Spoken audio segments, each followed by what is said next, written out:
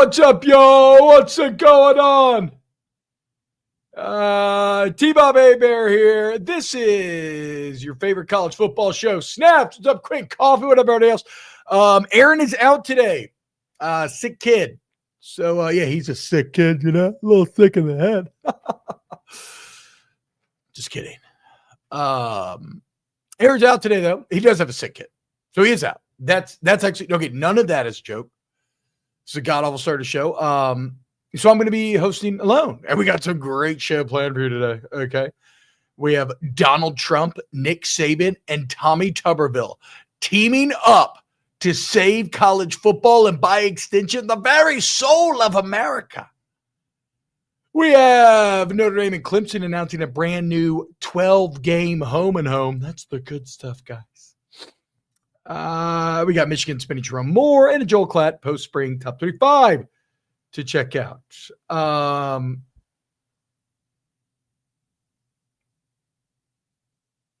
I need to share the post. But also the internet's trying to distract me with cleavage and other nonsense. So allow me a couple of seconds here to try to focus in, get this post shared, because I don't need that. Not today, Satan. We're all good, and I'll let y'all get in here. What's up, Sven? Hail State. I like what Coach Saban tries to do. We'll get into it, man. We'll definitely get into it.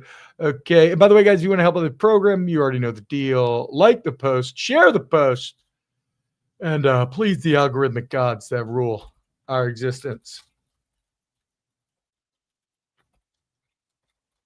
Hello, hello. I've got red hot chili peppers stuck in my head. All right, last one here, guys. Sorry. Normally I'd have an Aaron Phil while I'm doing this, but it's all good. You know, we'll get people in here. Now, if you're listening on the audio podcast, I apologize because I'm probably going to be too lazy. No, you know what? You know what? I am not going to be too lazy. I'm going to edit this out for the audio podcast. So you're lucky. If you are watching live, you're getting unbeatable content here. All right, we're good. Scott Dice says, I think I'm going to drink and do cocaine this entire show. Nope. No, you're not. No, you're not. It is Tuesday at noon, my friend. You know, I think we all need to be very careful with both of those things, right? But I'm not saying like, you know, that they could not, that you just can't do any of it ever, but, you know, be very careful with both. But I will say unequivocally for the record that Tuesday at noon is not the time. Objectively, not the time. Quinn Coffin, Tia, got a serious question. Let me know when you're ready. As we're in this a little bit of pre-show here, I want to get more people in here. So, yeah, go ahead. Shoot.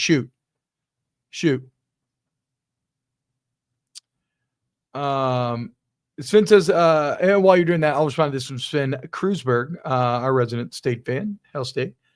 Congratulations, Sven. I hope, or if you live in Starkville, I hope you enjoyed the Derby this week, and the dog Derby, the Wiener Dog Derby this week. And one day I want to go. Sven says, Hell State, I like what Coach Saban tries to do. Order the balls and BR like it when Underwood left for more money than Portner threw his way. Well, we'll get into that a bit. It's not that I like it. It's maybe that I agree with it, even if at that point I was on the losing end of the stick. And if you can allow me to go deep for a second with a theme that may actually play into today's show a little bit. You all know I love Dan Carlin. Dan Carlin from Hardcore History, best podcast ever. He also has a podcast called Common Sense. It's an old political podcast he's been doing for about 20 years probably. He never does episodes anymore because, well, I think he's been defeated a bit by the current times. He describes himself as fiercely independent. And, well, he finally released a new episode about a month ago, first time in a few years. And it has to do with executive authority, right? You know, the old three branches of government and executive power and whatnot. And he basically breaks down for pretty much since the Constitution, there has been, and this has increased with every president, it's not beholden one side or the other. There has been a massive continued increase in executive authority.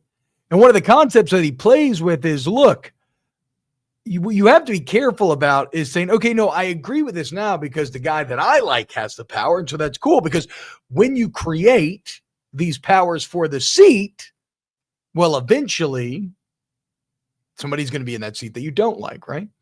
It's so he's talking about basically, you want to keep this power in check, even if it's your guy in there, because eventually your guy will not be in there and you're going to want that power in check.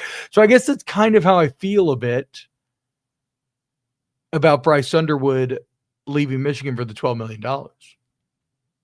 Is, yes, I was on the losing end of it, but fundamentally, I agree with Underwood being paid what the market is willing to give him. And so, yes, even though I'm on the losing end of that exchange, I do support it. And look, LSU's taking guys. LSU just paid more than they've ever paid for a transfer to get A.G. Halsey to come over from Houston to play safety. First team All Big 12.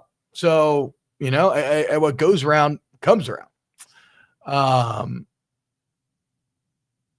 Sven says, Veltube, I'm nearby. One way is 4,611 miles to Vegas. I'm a dumb German with a cowbell. Sven, I never knew that you were a cowbell.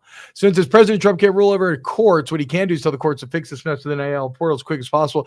Yeah, I guess I don't know exactly where his executive authority ends. Again, it's not just Donald Trump. It's been every president of recent, because Congress is so at odds with one another, so impossible to get anything kind of moving, so gridlocked that most presidents just resort to executive orders and increasing executive powers. But you're right? Three branches of government. You have your legislative, executive, and judicial. And I got to be honest, I don't exactly know the interplay between the judicial and the executive branch and what Donald Trump can or can't do in this in this situation. But we'll talk. Okay, let's see. Scott says that me telling him not to do cocaine and drink on Tuesday at 12 wants him want to do it more.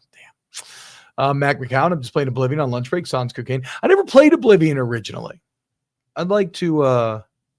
Well, I don't have time right now. And I said I'd like to, but it's almost like I just want to watch it and maybe experience it more than I actually want to sit down and play it. I don't know.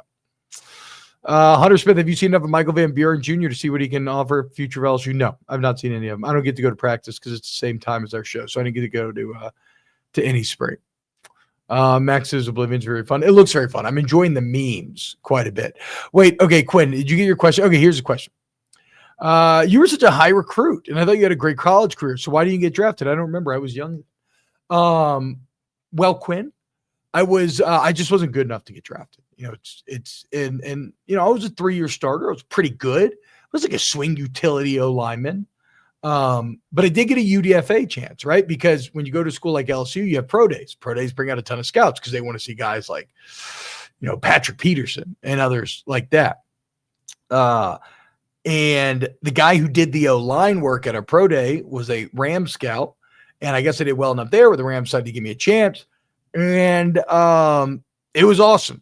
The few months I spent in St. Louis were some of the greatest ever. I learned more football in those few months than I did in the rest of my life combined. There's something really to be said for what you can do when your sole focus is on football and the mental load that the NFL asks of you versus college. Because like college coaching, you got to meet players where they're at a bit more because your team's your team. So it leads to kind of dumbed down systems, whereas the NFL, players have to rise to your level mentally.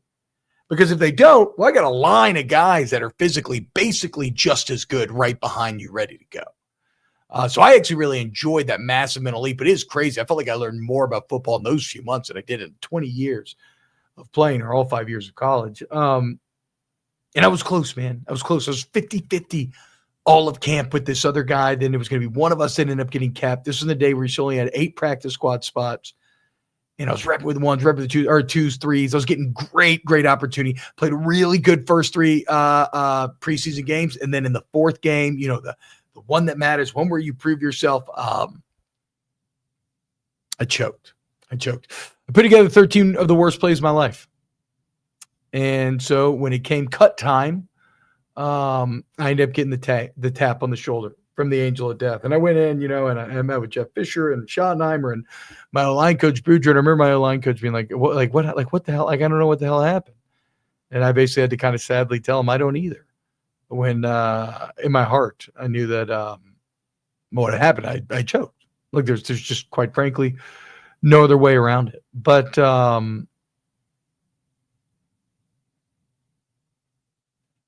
it's something that you make peace with over time. I was certainly very bummed out early on. In retrospect, though, I don't mind not being constantly anxious about my job security 24/7. I don't mind not doing the long-term damage to my body. I mean, already I got a shoulder. Get it checked out recently. I've had 2 labrum surgeries from high school. And they tell me I got no labrum, no cartilage, that if this was a knee, I'd have to get it replaced immediately. But we're going to, so like, there's things that I don't miss. The money would have been nice. But really it's all ego.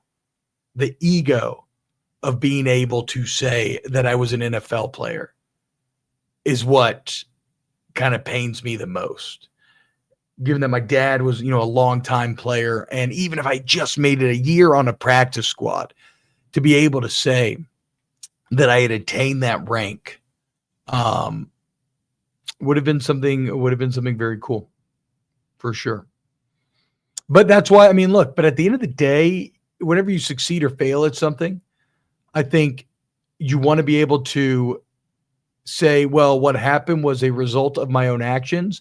And at least I have the piece of I was not cheated. I was not treated unfairly. I was given more of an opportunity than I deserved. And at the end of the day, I just fumbled the bag. And that's it. But it's okay now. Like, again, I'm not meaning for this to sound anything over the top. Quinn, look, I was an okay player. Like, not to brag. All SEC honorable mention. Coaches, all SEC honorable mention. So, like, I wasn't that good. But I was okay.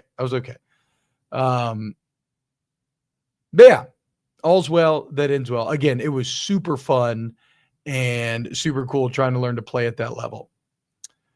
I've had tried stem cell transplants. I've thought about it. I may do some PRP type stuff. We'll see.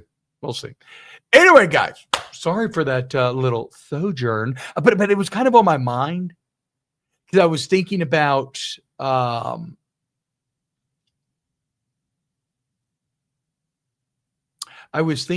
rookie mini camps, because right now around the entire country, rookie mini camps are going on. And if you're a fan of your NFL team, you really have no reason to know any of these guys' names because 99% of them, really everybody who's like a 5th round draft pick on 5th, 6th, 7th, the UDFAs, the tryout guys, 99% of them are never going to matter to your team, probably won't make your team.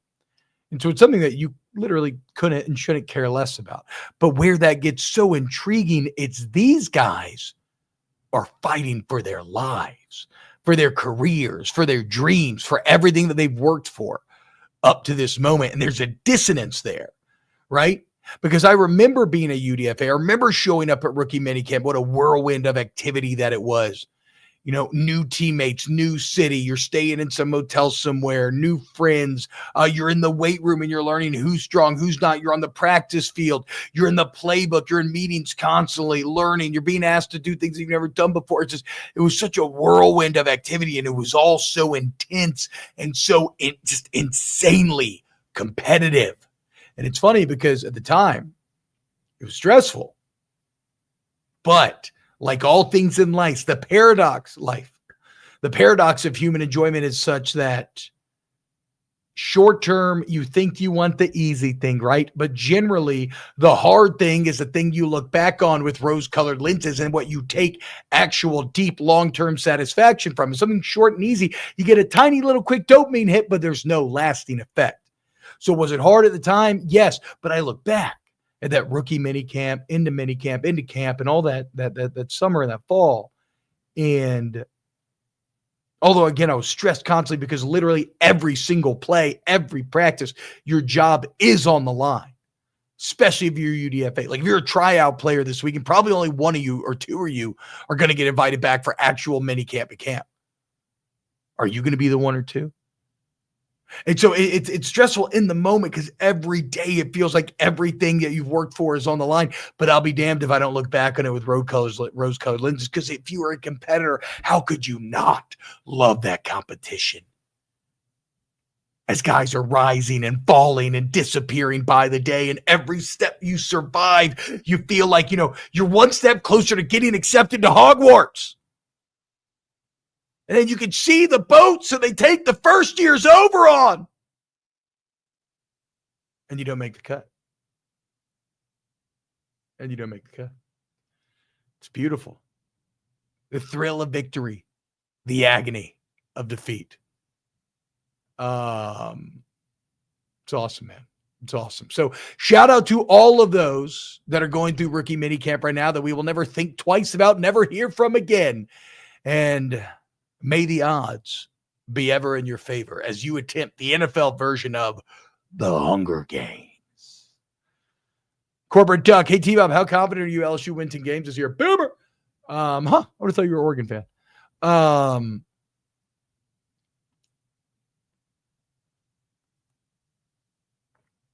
Not very. I can't keep choosing LSU to win 10 games only for them to fuck it up. I just can't do it anymore. And plus, I think they're going to lose to Clemson. I hope they beat Clemson, but how in the fuck could I choose them to beat Clemson after they've lost 5 season openers in a row? And Clemson, preseason at least, is the best team that they're going to face out of those 5 season openers. Crazy. All right. So on today's show, 10-2. Yes, Sven, if they beat Clemson, I think they go 10-2. Absolutely. But that's in every single year of the Kelly era. If they win that first game, they would have won 10 games, maybe except for last year. All right. What did I want to see? There was somebody who gave me a quick. Okay. Andrew Cooper says Congress writes laws, executives execute them. Supreme confirms that the laws / executive orders are constitutional. So we'll get to that in a minute, because Donald Trump, Nick Saban, and Tommy Tubberville have teamed up to save college football, and by extension, the soul of America. It doesn't take my word for it. That's an actual quote from Senator Coach Tommy Tubberville. He said, quote, I had a great conversation with President Trump last night about the importance of establishing national standards for NIL. College football is the heart and soul of America, but it's in danger if we don't level the playing field. So this is a very nuanced conversation. So President Trump was in Tuscaloosa to give a commencement speech to Alabama grads. Nick Saban and Tubberville meet with them, and they're basically saying, look, man, we got to try to figure this out. An executive order likely feels like the only way to get this done, as we've seen President Trump be sympathetic to some of these causes already. I mean, he got involved in the transgender bill, which I don't want to adjudicate or mention here. I just mean that he's gotten involved in like NCAA athletics before. And this is something that if he deems that it would play well to his base, which I don't think it's crazy to say that a lot of the Trump voting base would probably, are probably not fans of the current direction of college football. Like if he thinks that it would play well with his base, then I think that this is something that is potentially in play. So at that point, I think it'd be up to the Supreme Court to rule on, again, like you said, whether or not that executive order would be legal. And let's just try to cut the fat, because here's what the NCAA is trying to achieve. They want to get an antitrust exemption, right? So basically say, look, we are not a monopoly. This would allow them to do things like salary cap, restrictions on third-party NIL, like rules. It would actually give them their teeth back in, because right now, the NCAA, transfer restrictions, eligibility rulings, because right now the NCAA tries to rule on something, they go to court, and they lose. And kind of the fundamental basis of a lot of their losses are the fact that they are a monopoly, that they're a trust. And because of that, they are allowed to unfairly control people's compensation in a way that would be illegal, like Justice Kavanaugh said all those years ago, in basically any other sector of American society. So if they could get that antitrust exemption, They could create a national framework that would supersede and rule over the patchwork of state laws that you have right now. This is obviously something that I think players and their representatives are going to fight against a bit, because I think they're going to want to be more at the negotiating table and not allow the NCAA just full leeway to kind of say, well, this is how it's going to be now. And I got to be honest about this. Okay. So let me like reset the table here, because there's a lot of shit going on. Like I feel like I'm this is all a bit all over the place, but I agree. There needs to, I think everybody benefits in the long term if you have a more stable framework through which to work. Now the even playing field comments, we'll get to those, because that's a bit of gaslighting. But I don't think it's crazy to say that the second most popular sport in America should have a ruling body and a CEO of sort, a president, whatever you want to call it, that has the ability to actually enforce rules, and rules that would apply to every school, regardless of what state you're in. I think this is a positive. However, I think this needs to be correctly negotiated, right? With each side's reaching compromises so that you ensure that no one side is losing or giving up too much rights, which then incentivized to fight it and incentivized the deal never getting done. So that takes a lot of time. It takes a lot of billable hours. And I don't know, maybe that's all a bit utopian or dumb. But like, I agree with this base idea that a better framework is better for everyone in the long run.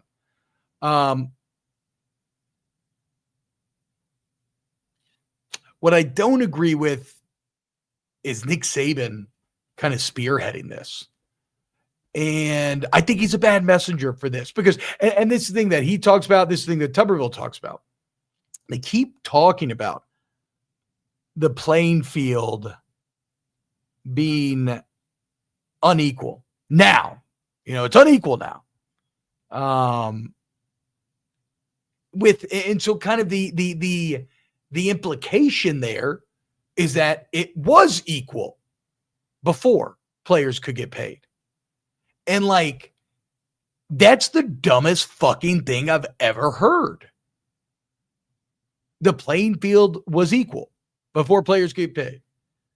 So when Alabama builds their massive football ops buildings, barbershop inside, HD TVs, incredible players lunch, when Clemson builds their football ops building with the fucking slide going down the stairs or whatever, that's so fucking Clemson. LSU with their first class plane pods in the locker room. Does Bowling Green have that? Yeah, but both schools couldn't pay the players. Sure. But to pretend like it was an equal playing field is just fundamentally fucking dumb. And I think the additional problem when it comes to Nick Saban kind of being at the fore of like, let's just go back to how it was, is that you can easily paint him as just having sour grapes because he's no longer at the top, right? Because he's no longer at the top of what he viewed that equal playing field, which again, Alabama and Bowling Green were not investing the same amount of resources. It's asinine to say that's equal. Now, does this system suck? Is this system broken? Yes, sure. Absolutely. I mean, I don't want to talk too much out of my ass. I don't fully agree with that. I like the system. I like players being paid, et cetera, et cetera. But yes, I agree that it needs some fixing, but I don't know that Saban's the messenger. And Nick Saban would go on to tell the panel in Dallas this year earlier, who was discussing this quote, but the system and the way we're doing it right now, there's very little name, image, and likeness in college athletics. It's just pay for play, which begs the question, and I want y'all to really answer this if you're hanging out here in the chat. I want you to really answer this. What is fundamentally wrong about pay for play? Why do we champion NIL, but recoil at pay for play. Now, I think I know why as college football fans we think that, because one of the core arguments is to make the NCAA's ability to cap compensation. Like one of the main arguments that kind of broke the NCAA's ability to do so was this idea that, well, hold on now, a normal college student can get famous on social media, famous on YouTube or whatever, and they can sell their name, image, likeness for advertising, blah, blah, but a football player can't. What kind of sense does that make? Why should the NCAA have that amount of control? And so NIL became the avenue for compensating people for their labor. But again, let's just ask the question, what is actually wrong with pay for play? Is that not just being paid for your work?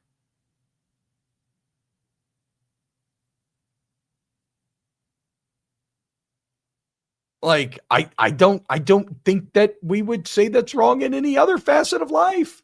Now, again, you want to get into rules, collectively bargain, things like, yes, I agree. You need to cut down on the number of transfers. Salary cap is, I'm normally pretty player friendly, and salary cap kind of inherently non-player friendly because you are capping the amount. But from a keeping the sport competitive standpoint, I think a salary cap or something therein probably does kind of behoove everyone, even though you'll still find ways to juice it up through advertisements and whatnot. I guess my point is, like, somebody's going to tell you that, like, it's unequal now and it's NIL's just pay for play, and they're going to want you to think that pay for play is fundamentally wrong. And I just don't understand that. I just don't understand that.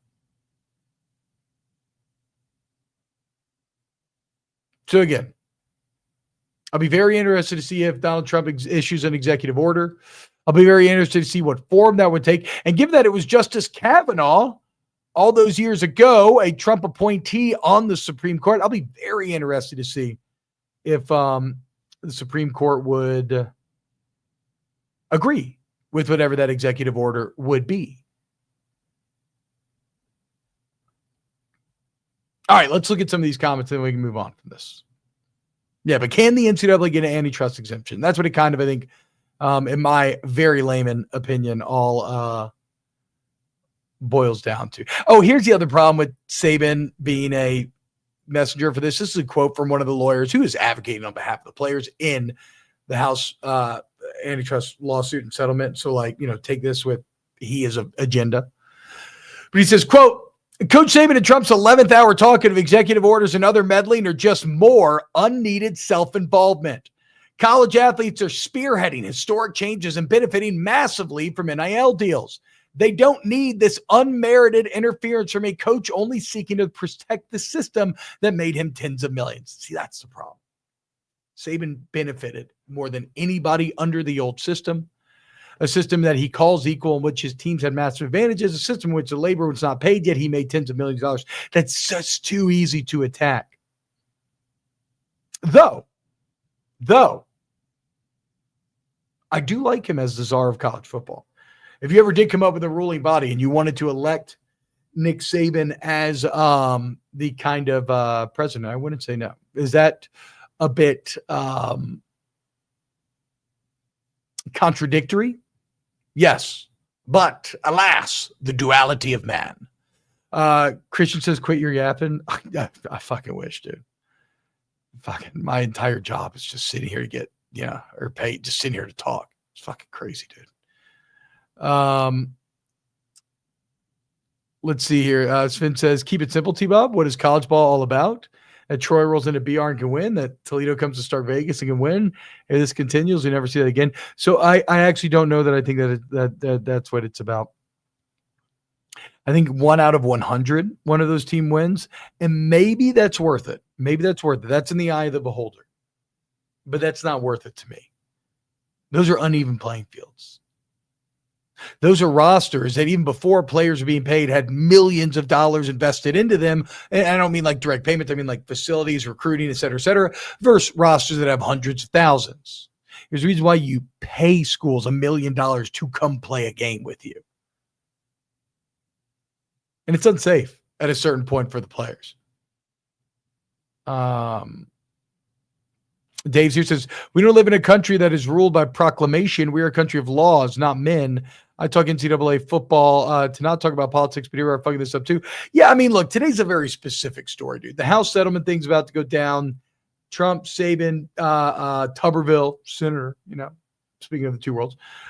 This is not like an everyday thing here. Okay. But this is one of these stories of the day.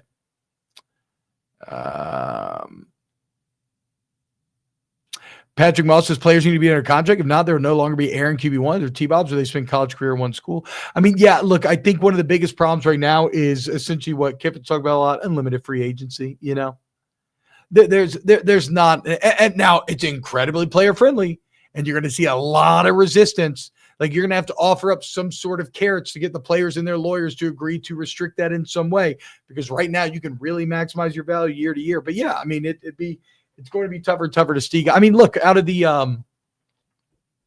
what did we say a few weeks ago? 2, I believe, out of the 12, like all conference quarterbacks were at their original school.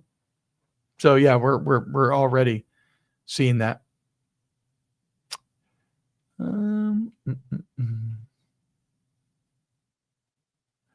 Zach says, of course, the coaches don't want to cap on their salary or want to cap on the player's salary. Again, that's one of the big disconnects in these sorts of situation.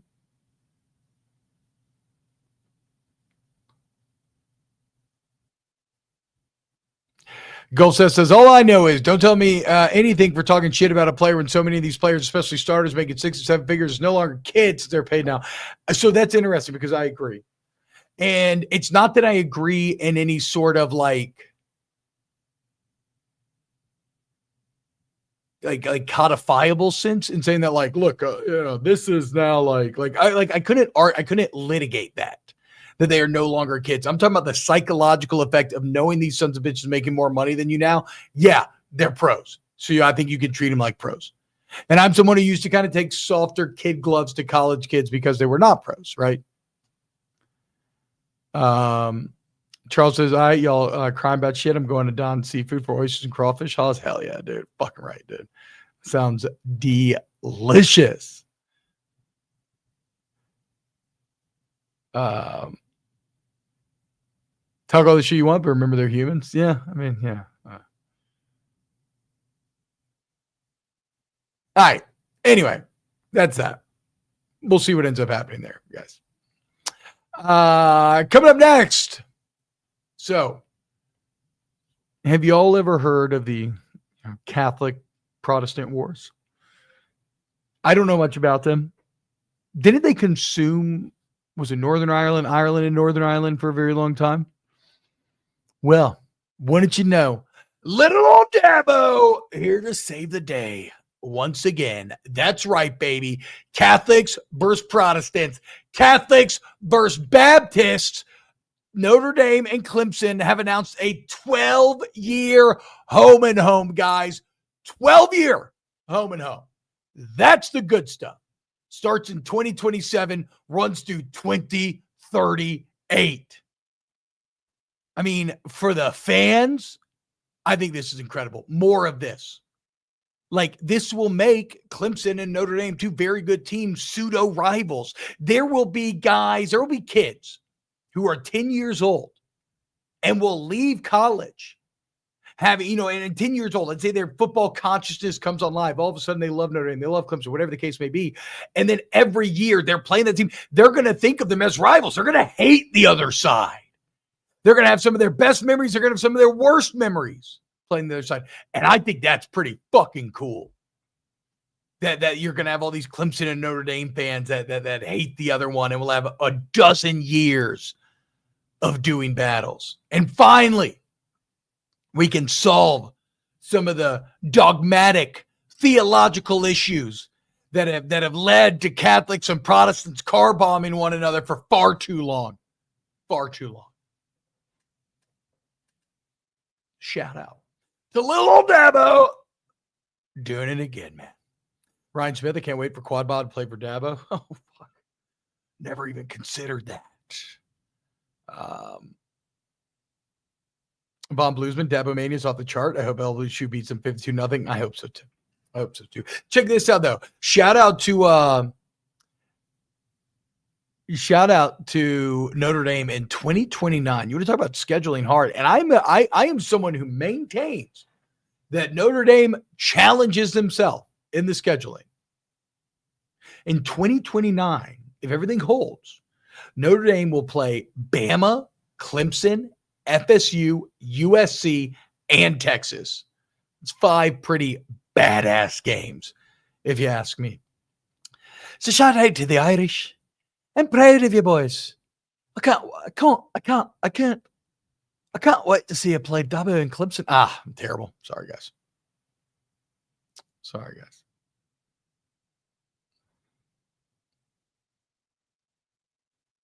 Chance Tip says, as easy it is to dislike Dabo because of his nose and history. This man keeps being righty. Brodo Baggins says, Notre Dame losing all of them. I don't know, bro. We gonna see. Because last year's Notre Dame, that was a national championship caliber team. That was just a legitimately great team, full stop. So I'm very intrigued to see what Marcus Freeman can do going forward. Next on the list, well, actually, before that, let's get to our sponsor here on Snaps, which is the Snaps Clothing Company. How's that for some brand synergy, you idiots? Snapsclothing.com. Snapsclothing.com is the website. And it's a pretty cool story, man. So a couple of Brodies sitting there drinking whiskey one night. You know, I'll just read how they write it. Our journey began with 2 friends who shared a love for live music, sports, authentic connections, and dressing well. Disillusioned with their corporate careers, they came together over a few beers and decided to forge a new path. They envisioned a clothing line that honors their roots while looking to the future. At Snaps, we've turned this vision into a reality by reimagining the classic American Pearl Snap shirt. Our shirts combine timeless style with modern functionality. We're dedicated to bringing premium fabric quality, perfect fit, and sustainable manufacturing practices that, like our stories around a campfire, will leave the world a better place for generations to come. Lofty, aspirational, absolutely. But that's what I want out of my clothing company. And to be honest, the shirts are cool as fuck. And they support Snaps. And they don't care that we curse and act crazy and do all this other stuff. They like the show. They get the show. And so if you want to support those who support us, go to snapsclothing.com. Use the promo code SNAPSCFB, SNAPSCFB at checkout. And you're going to save yourself some money. And check out the Tailgater collection for this football season. A&M, TCU, Oklahoma, LSU, SMU, Alabama, Texas Tech, Ole Miss, Oklahoma State, and others joining near daily. Long sleeves, short sleeves, light material, because we all know how it is in the South when you watch these games on game day. Pearl Snap, it cleans well. They're the best. They're the best. Dave Sears said the religion isn't the reason they're fighting. I mean, look, to be honest, again, guys, promo code SNAPCFB, me wading into the Irish Protestant wars of Ireland, way too much. Bit off way more than I could chew. So please do not take anything that I said seriously about knowing anything about that conflict. I just think it's funny that Clemson and Notre Dame are going to play every year. And I don't even know if Clemson's Baptist. They just feel very Baptist to me.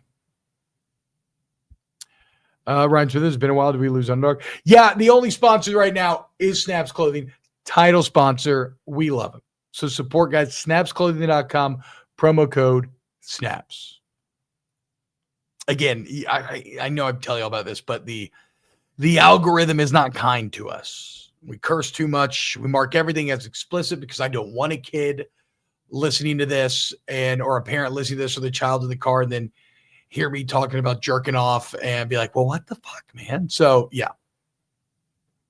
Ryan Smith says, I love Snaps Clothing. Hell yeah. Scott says it too. That's right. Promo code SNAPCP. All right.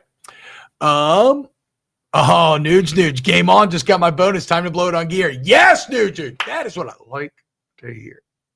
All right. Michigan is suspending Sherrone Moore for 2 games. Michigan is self-imposing this penalty. And suspending Sherrone Moore for Central Michigan and Nebraska games 3 and 4, not games 1 and 2, because they can choose because it's self-imposition, and games 1 and 2 are a bit more important and a bit tougher. But they are doing this, as I said, on their own, of their own volition, in order to hope that Sherrone Moore, the NCAA Committee of Infractions, will finally leave him out of the Connor Stalions drama. Now, Chad Sip says, my first episode of Snaps when T-Bob and Aaron were talking about tasting their wife's breast milk. Exactly, guys. And that's the show we want to do, and Snaps gets it. Real quick on the suspension here that Michigan is doing. Key difference from the Harbaugh suspension. Remember when he was suspended for 4 games, he was still allowed at meetings, at practice, just not game days.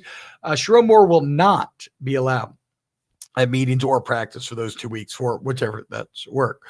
Apparently, Michigan's been working with the Committee of Infractions for a while now to try to get Sherrone Moore removed from the broader case. He's accused of deleting 52 messages between him and Connor Stalions before he handed his phone over to the NCAA. They know they did this. He's admitted to this. Here's the dumb part, though. The messages aren't even thought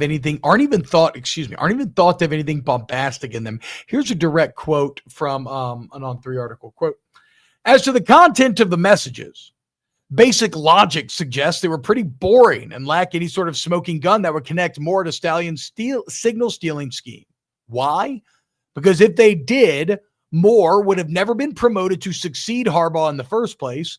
Also, he'd be accused of multiple level 1, more serious, NCAA violations instead of a level 2 violation. This is also fucking stupid. It's so fucking stupid. Go away. Go away, NCAA. No one gives a shit. No one cares about Connor Stalions. No one cares about the sign stealing. I don't give a shit if you want to suspend Sherrone Moore for Nebraska. It is the Big Ten opener for whatever that's worth. But no, stop it, NCAA. And it just all feels so desperate. Power nowhere else, yet they've been giving power here, and so they're trying to do the most with it. And this is another example of just why you never cooperate with the NCAA. When you do, they know they can actually punish you. Look at Tennessee. They want to get rid of Jeremy Pruitt. They open up the books. Look, we are cooperating fully. Look at what this fucking guy was doing. NCAA goes after Heupel. They ran into an Iron Dome level defense. Said, fuck you, NCAA. We're taking you to court. You ain't doing shit. And so, that's what Michigan should have done from the beginning here. But wanting to be upstanding members of, with integrity and whatnot, these things they're beholden to. They decided to work with the NCAA. And now they continue to be punished for it.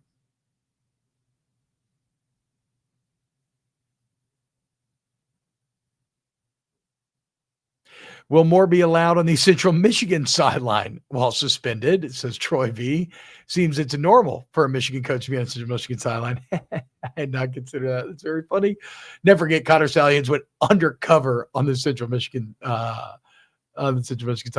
Brodo says suspended for games 3 and 4 is sus. It's not sus. It's very easy to understand because since Michigan's doing the suspension themselves, they get to choose, and they have New Mexico and Oklahoma games 1 and 2. You want your head coach there game 1, I get that, and then going to Oklahoma, they probably feel like that's a bigger challenge than Central Michigan at home and at Nebraska. A little disrespectful at Nebraska there.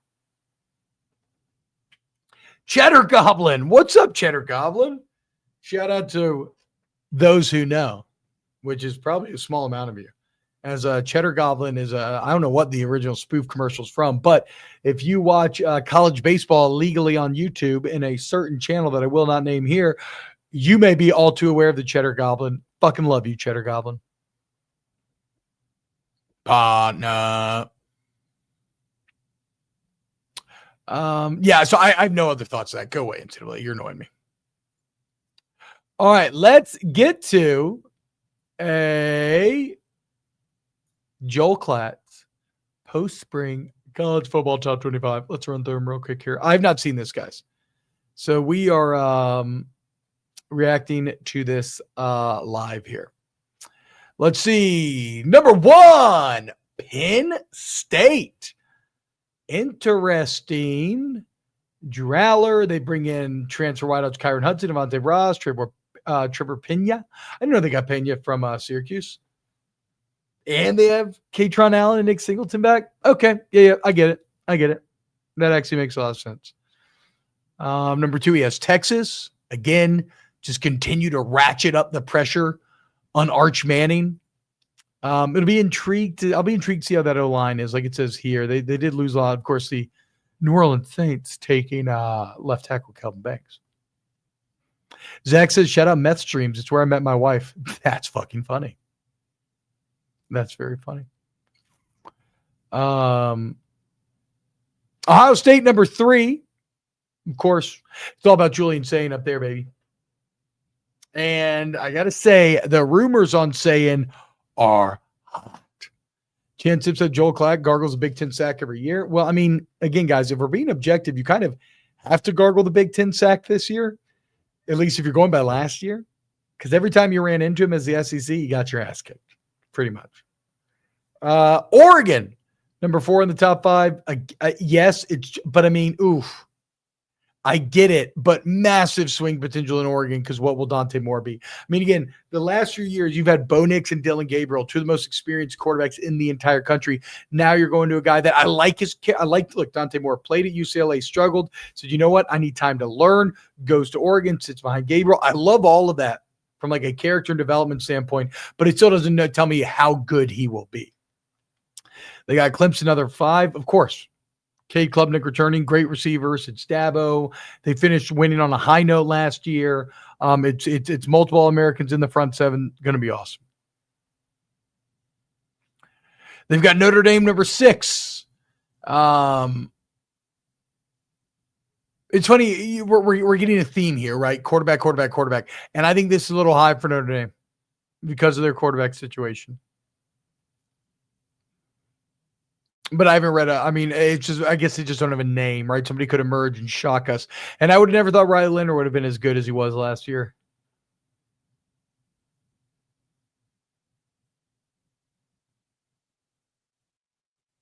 Number 7, LSU. It's weird. On paper, I think this makes complete sense. 3 top 10 recruiting classes in a row, number 1 transfer portal class, just added 2 more all-conference selections in the spring portal. But LSU has slightly underachieved every year under Brian Kelly. Again, not disastrous, not Jimbo's level of underachievement, but slightly underachieved all 3 years. And so, yes, on paper, they're the number 17, but I think Andy Staples, it says here, has them at 15. That is... You're probably like somewhere in the middle when you combine some of that underachievement that you've suffered through. Russ Boyce says, how did Clemson finish on a high note? They lost at home to South Carolina, beat SMU, who did not deserve a college football key fob, and then lost in the playoff. Well, I mean, they made the playoff, right? They made a run after losing terribly to Louisville. They did lose South Carolina, which, credit to Lenore Sellers, peace game. But beating SMU was massive, obviously, to go to the playoff. And then, I thought they acquitted themselves well in the playoff. They played Texas very, very well. Had a real shot at beating them, and I think Texas is very good. So, but I get what you're saying. Maybe I'm giving too much credit.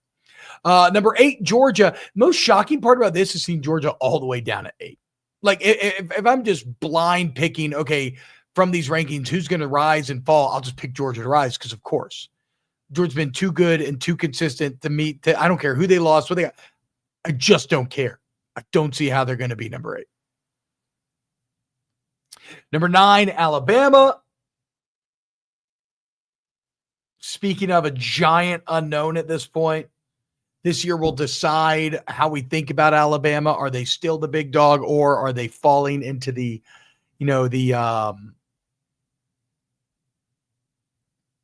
are they falling back into the realm of the mortals? And then number 10, Illinois. Okay, Luke Altmaier, dude. Okay, nobody showed more improvement under center from last year to 2 seasons ago to last year, as did Luke Altmaier. Luke Altmaier back, along the rest of the core. I know some people are going to think this is a bit of a reach, but it's a sensible reach, in my opinion. Sensible reach. Let's see what else we got. South Carolina, Michigan, Florida. Florida up at 13. Look at that. BYU, Arizona State, Kansas State, Iowa State, just a big Big 12 run there. Miami, Texas A&M, classic. Ole Miss, Indiana, Auburn, Iowa, Baylor, Oklahoma. Indiana's interesting. If Indiana could actually be ranked the second year in a row, that'd be huge. We might have lost perspective on that because they flew so close to the sun last year, but that'd be huge for them. All right. There it is, guys. Another snaps in the book. Coming up Thursday, Aaron Murray should be back. Again, guys, thank you to everybody who joined us on Twitter, YouTube today. Hit the like button, share with your friends, and your enemies. In fact, share it with your mother-in-law. Okay? And just know, the team at Snaps here, say team, it's just me and Aaron. We love your mother-in-law. Locke, thanks for talking to us for an hour. No, thank y'all for talking at me. This was very fun.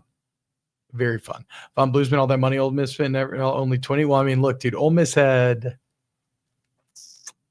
we broke it down the other day. They had what, 4 or 5 go in the first 3 rounds?